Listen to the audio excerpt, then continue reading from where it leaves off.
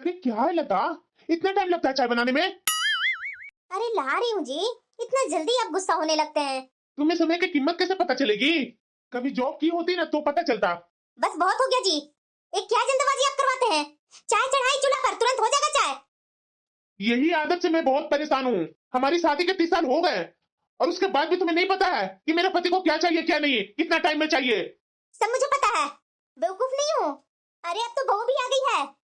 थोड़ा ना थोड़ी थोड़ी बातों में लड़ना बंद कीजिए।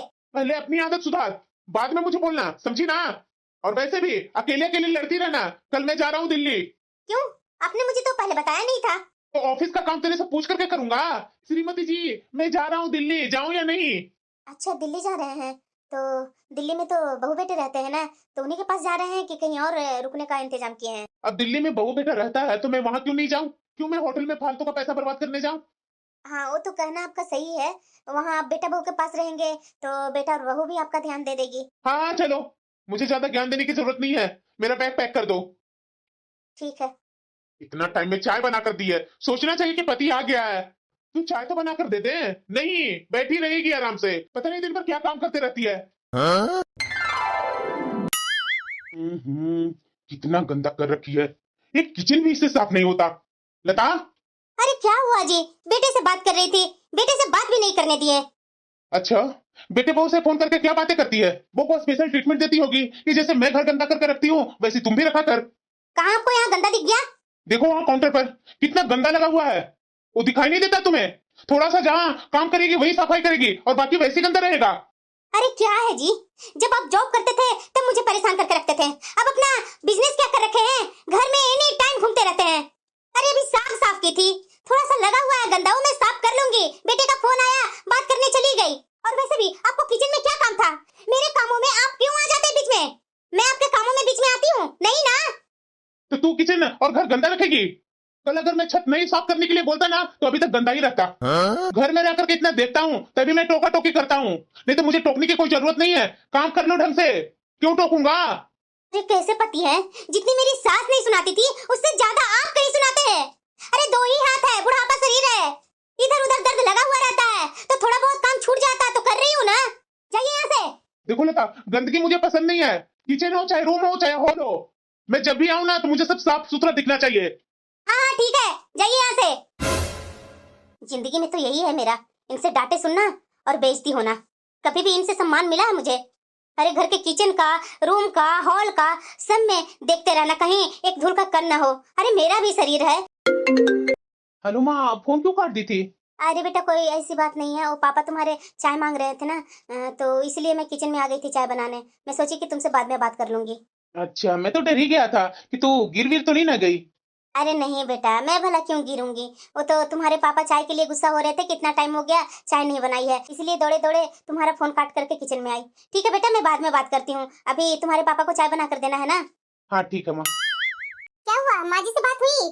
हाँ पूनम, माँ ना पापा के लिए चाय बनाने चली गई थी, इसलिए वो फोन कट कर दी। माँ जी भी ना पापा जी से बहुत डरते हैं।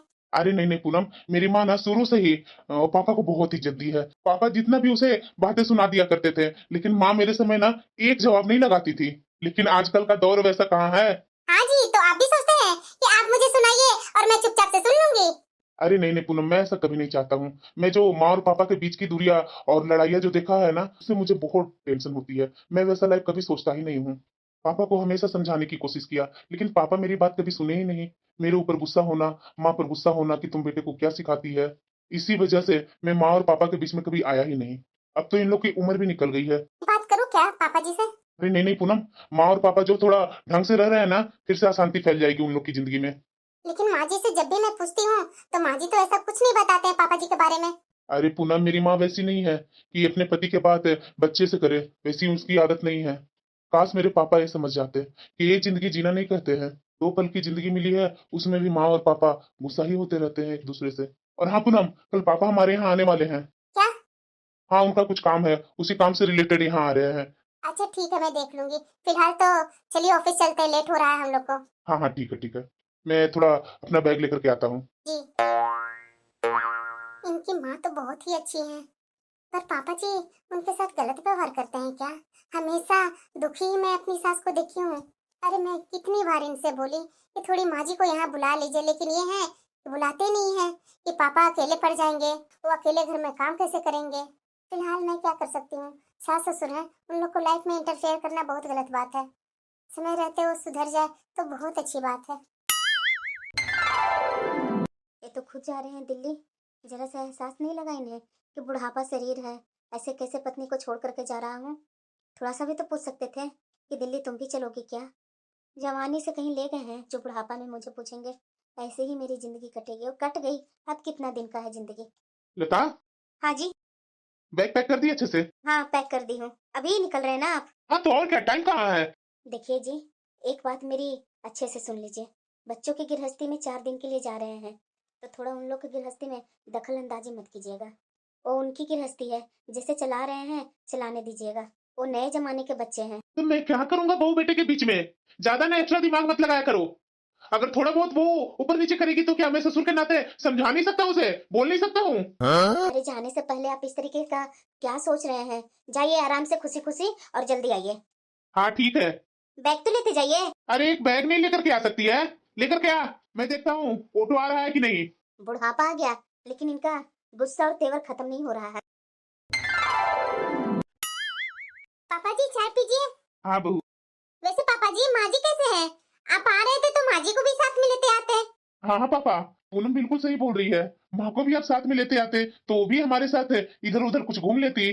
अरे बेटा, मैं तो काम से आ रहा था तो उसे मैं लेकर के क्या आता। जब घूमने के पर्पज से आता तो जरूर मैं उसे लेकर के आता। क्या पापा, आप तो कभी ऐसे ही घूमने तो कभी आते नहीं है, काम के बहाने ही आए, लेकिन माँ को भी साथ में लेते आते तो हम लोग को कितना खुशी मिलता। अरे बेटा, अभी मैं खुद ही काम में बिजी हूँ। मैं अपना काम पर ध्यान दो कि तुम्हारी माँ पर ध्यान दूं। अच्छा ठीक है पापा, मैं खुद जा करके माँ को किसी टाइम लेकर के आऊंगा। अच्छा ठीक है बेटा। पापा जी चाय पीजिए ना, नाश्ता कीजिए ना। हाँ हाँ बहू। रुपेश जी, हाँ बोलो पूनम। थोड़ा बाजार से जा करके आप पनीर ले आते तो मैं शाही पनीर बना देती। पापा जी आए हैं तो ऐसी नॉर्मल बना करके देना अच्छा नहीं ना लगता है। और वैसे भी आज संडे है, तो मैं तो पापा जी के लिए कुछ तो बना करके खिला सकती हूँ ना। फिर तो मंडे से सैटरडे तक ऑफिस ही रहेगा। अच्छा ठीक है पूनम, पापा चाय नाश्ता करके फ्रेश होने जाएंगे, तब तक मैं ले आऊंगा पनीर। ठीक है, मैं बाकी का तैयारी कर लेती हूँ। वैसे पापा, मैं बोल रहा था ना कि आपका ऑफिस मेरे ऑफिस की तरफ ही पड़ता है, तो आप मेरे साथ कल चलिएगा। साथ में आपका ऑफिस छोड़ दूंगा और मैं अपना फिर ऑफिस चला जाऊंगा। हाँ ठीक है बेटा, चाय पीजिए ना पापा। हाँ बेटा। अरे क्या पूनम, इधर 2-3 दिन से जग जग करके काम कर रही है। काफी रात हो गई है पूनम, सो जा। थोड़ा सा रुक जाइए रुपेश जी, वो काम भी बहुत जरूरी है। बस 10 मिनट में हो जाएगा। आज आपका दिन कैसा गया पापा जी? अच्छा ही रहा। तुम्हारा दिन कैसा रहा बहू? ज्यादा अच्छा तो नहीं पापा जी, लेकिन ठीक ही ठाक गया।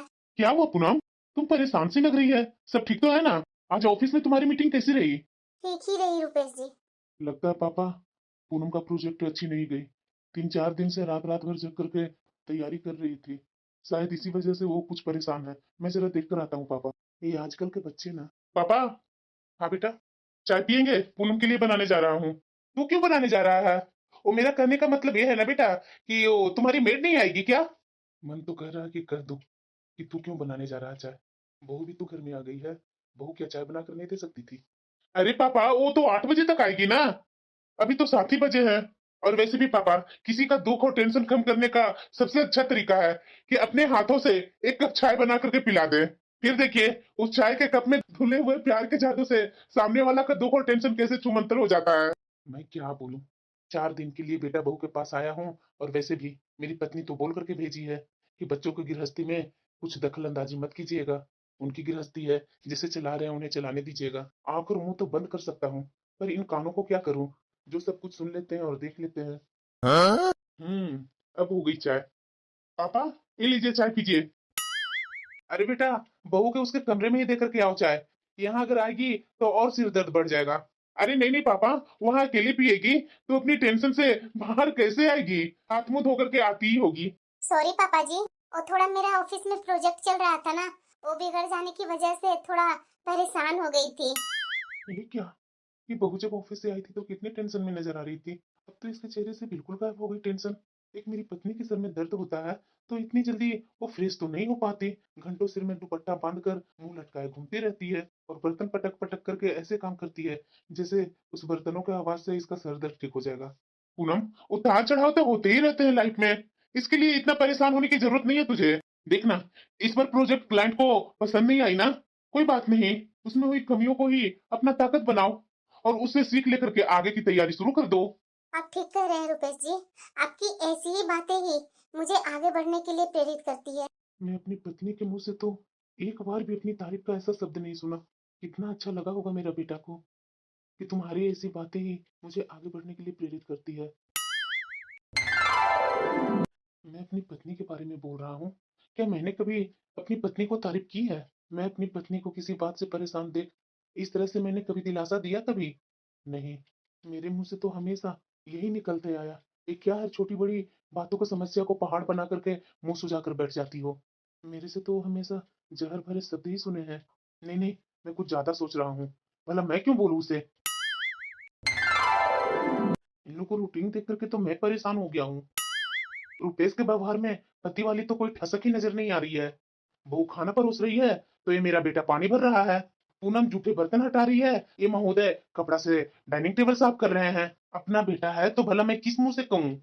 नहीं तो ऐसे लड़कों को ना मेरी माँ और मेरी दादी जोरू का गुलाम कहा करती थी। और आज के तो जमाने के ऐसे ही लड़के फेसबुक पर स्टेटस डालते हैं, my wife is my life, यही तो लंबा लंबा लेक्चर लिखा रहता है और पत्नियां भी खुश कि मेरा पति कितना चाहता है। अरे लड़की ही अपना मर्यादा और सभ्यता गिरा दिए हैं पत्नियों की नजर में। लेकिन मुझे ये समझ में नहीं आ रहा कि बहू बेटा का निश्चल भोला भाला सा दाम्पत्य जीवन मुझे तो परेशान ही कर रखा है। और वैसे भी इनकी शादी तो अभी अभी हुई नहीं है, इनकी शादी का भी 6 साल हो चुके हैं। उसके बावजूद भी इतना खुशहाल जिंदगी।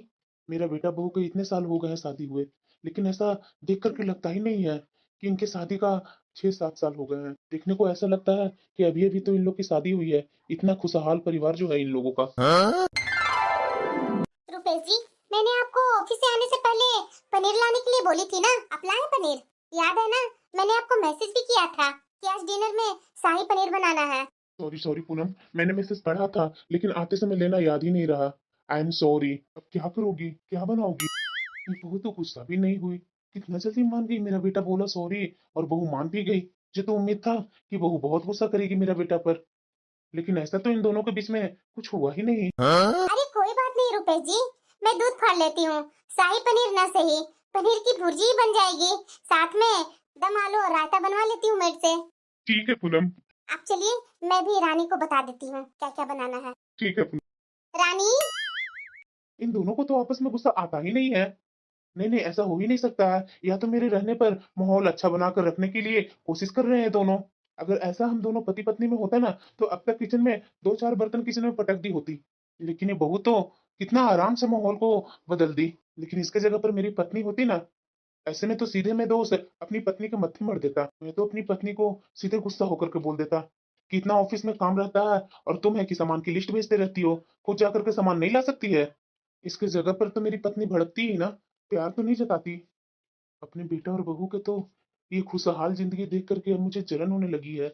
अगर मैं पुरुष के अहंकार में लिपटा हुआ नहीं होता ना तो शायद आज मेरी जिंदगी महकी महकी सी रहती। पूनम, डिनर बन गया ना? हाँ, अभी मैं परोसी रही हूँ। तो मैं पानी लगा देता हूँ। ठीक है।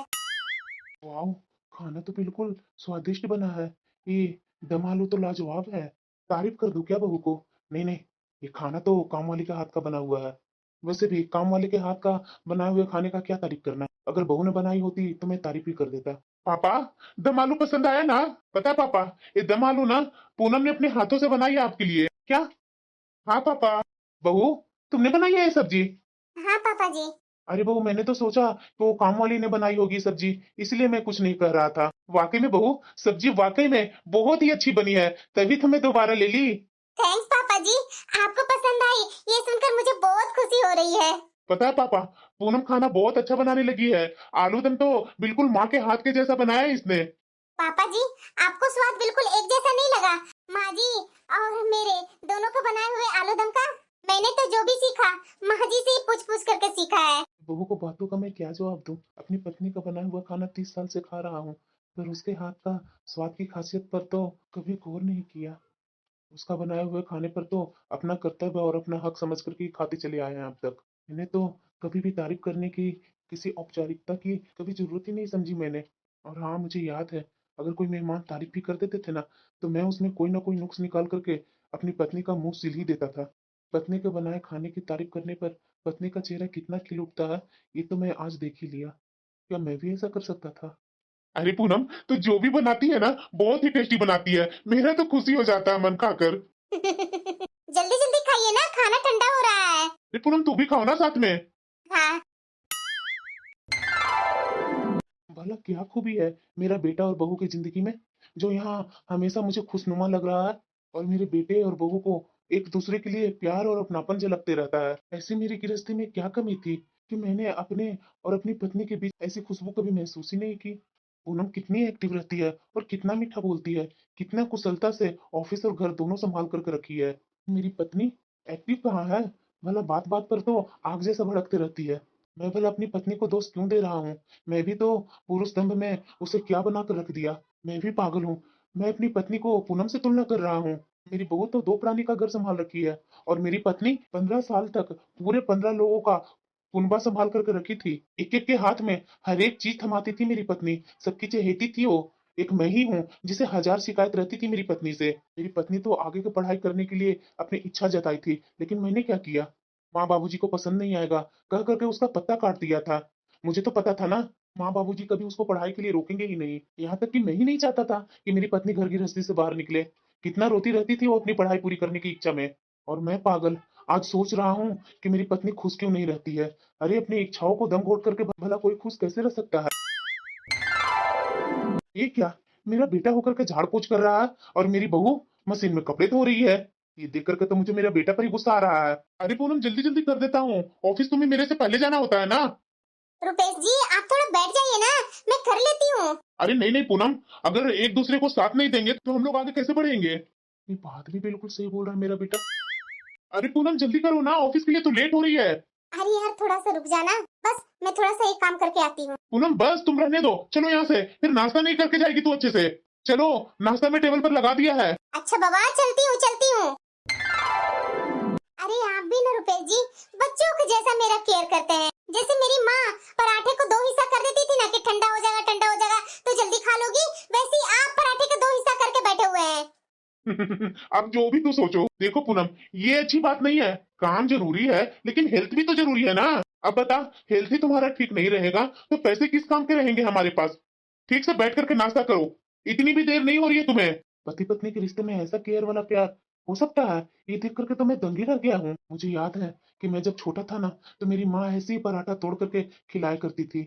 बताओ जरा, एक पति अपनी पत्नी के लिए ऐसा भी करके उसके लिए अपना प्यार जता सकता है? ये बात तो मेरे दिमाग में कभी आई तक नहीं। लता के लिए पराठा ठंडा करना तो दूर की बात थी, खाते समय उसे कभी भी पानी की जरूरत होती थी, खाना गले में अटकने लगती थी, जब वो मेरे से कभी पानी मांगती थी, मैं पानी भी नहीं देता था उसे। और कभी माँ का गुस्सा होने पर मैं अपनी पत्नी को पानी दे भी देता था ना, तो हाव भाव से ऐसा जतला देता था मानो पूछ रहे हो नौकर समझ रखी है क्या मुझे।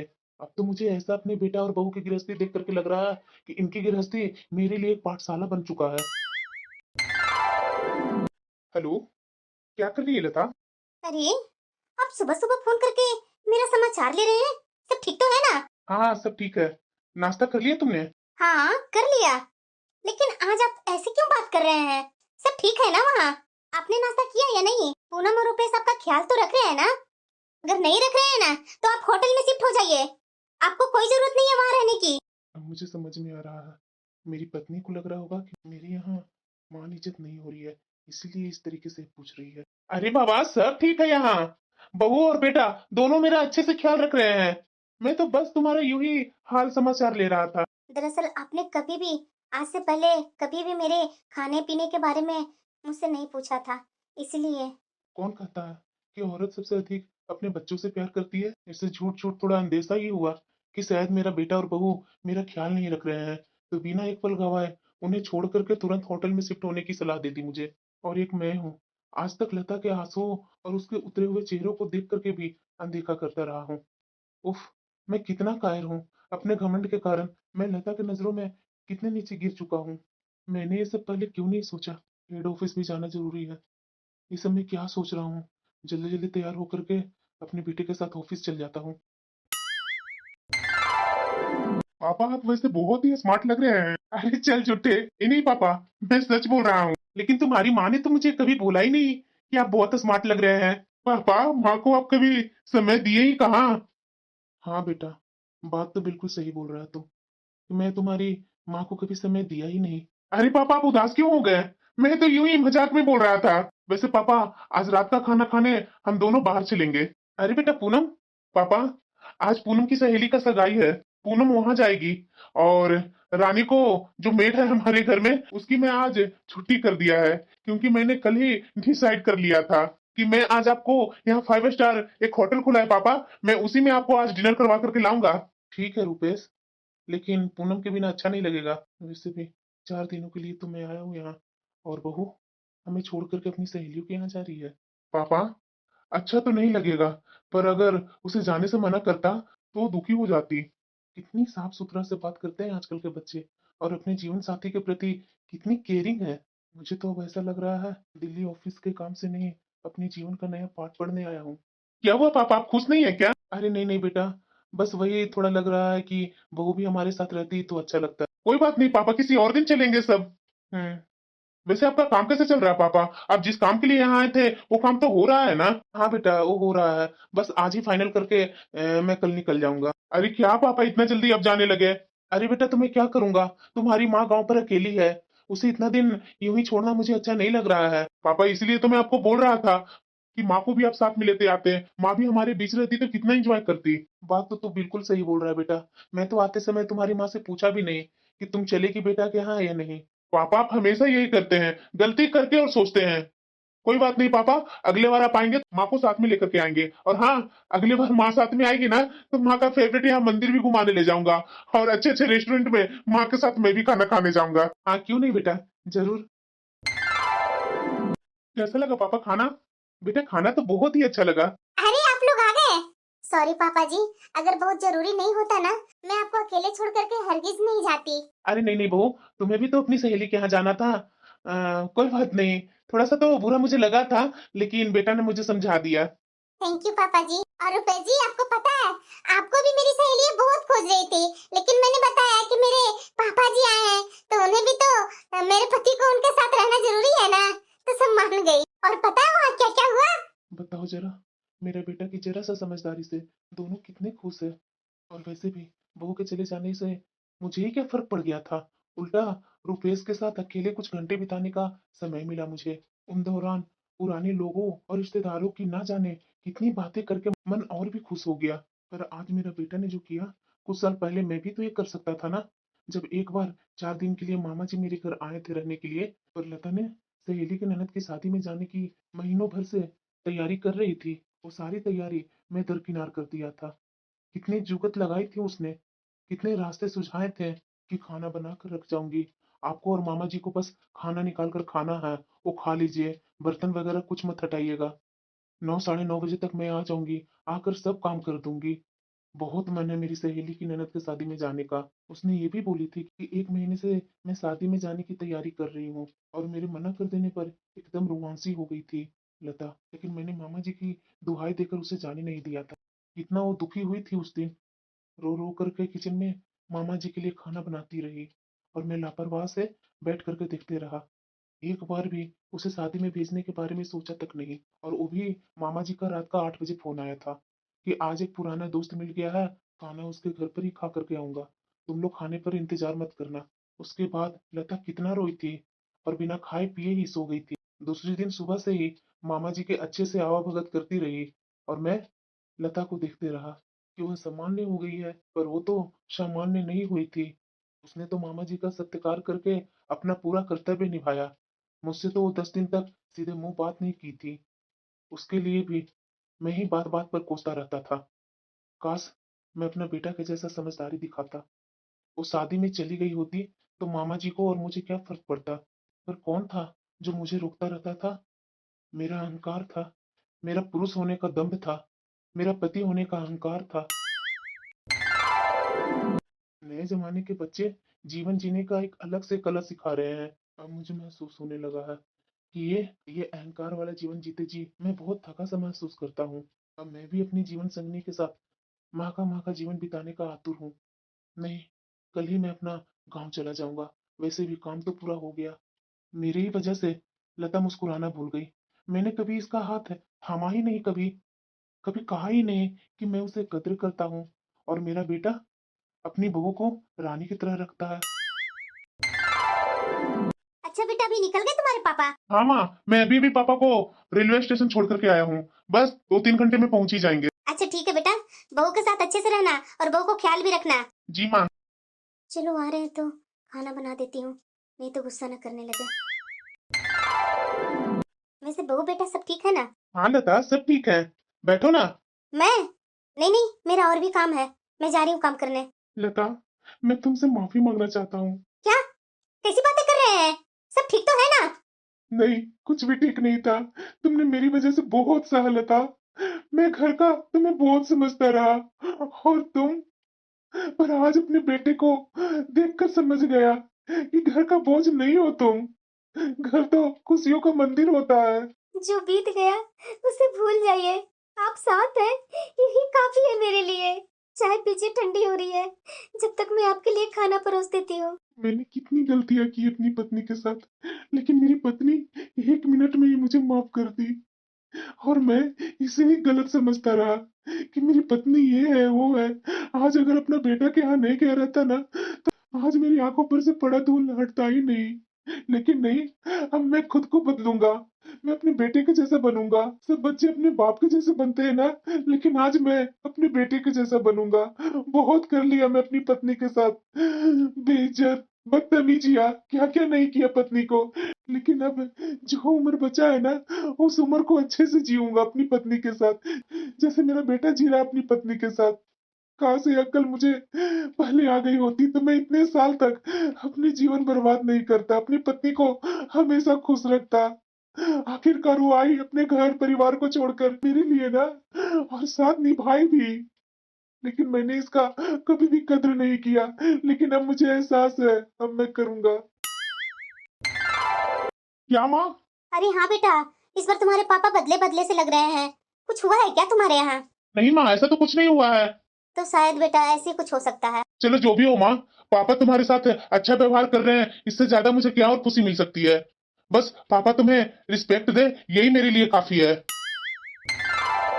सुबह से कहाँ गए हैं ये? कहीं दिख नहीं रहे हैं। चाय बनाऊं उनके लिए या नहीं? नहीं नहीं, वो आ जाएंगे उसके बाद ही बनाऊंगी।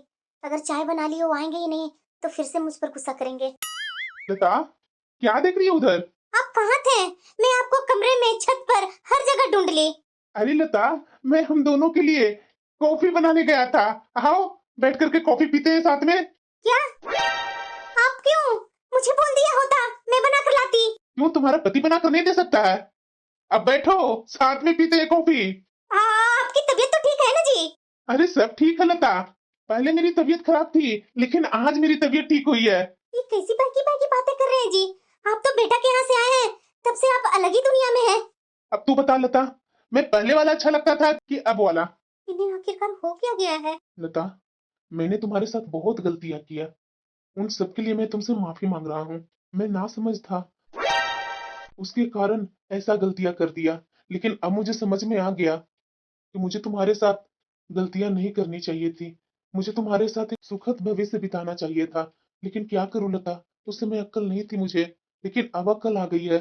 लेकिन जितने दिन का उम्र है ना, उतना दिन मैं सोचता हूँ कि अच्छे से खुशहाली से मैं तुम्हारे साथ जिंदगी बिताऊं। पता है लता, अगर परिवार में किसी एक को दिल दुखाओगे ना, तो घर महल होते हुए भी उजाड़ लगता है, जैसे पहले मुझे लगता था। और अगर प्यार, सम्मान और मुस्कान बांटोगे ना, तो छोटी सी झोपड़ी भी जन्नत बन जाती है। मुझे माफ कर दो लता। मैं बेटे बहू के घर गया ना लता, तो मैं उन लोगों को जीवन देख करके जल रहा था कि एक हमारी जिंदगी है जो मैं अपनी पत्नी पर हमेशा डांटता हूँ, गुस्सा होता हूँ। दूसरी तरफ मेरा बेटा और बहू की जिंदगी, जो कैसे दोनों आपस में तालमेल मिला करके रहते हैं, खुशी खुशी अपना जीवन बिताते हैं। परिवार में खुश रहना है तो पहले अपने आप को खुश रखना पड़ता है लता। सम्मान और प्यार किसी भी रिश्ते की असली पूंजी है। जो मैंने कभी भी तुम्हें सम्मान प्यार दिया नहीं, सॉरी लता, आगे से वैसा बिल्कुल भी नहीं होगा। शुक्र है जी कि आपको बेटे और बहू के यहाँ जाने के बाद कुछ तो समझ आई ना, यही मेरे लिए काफी है।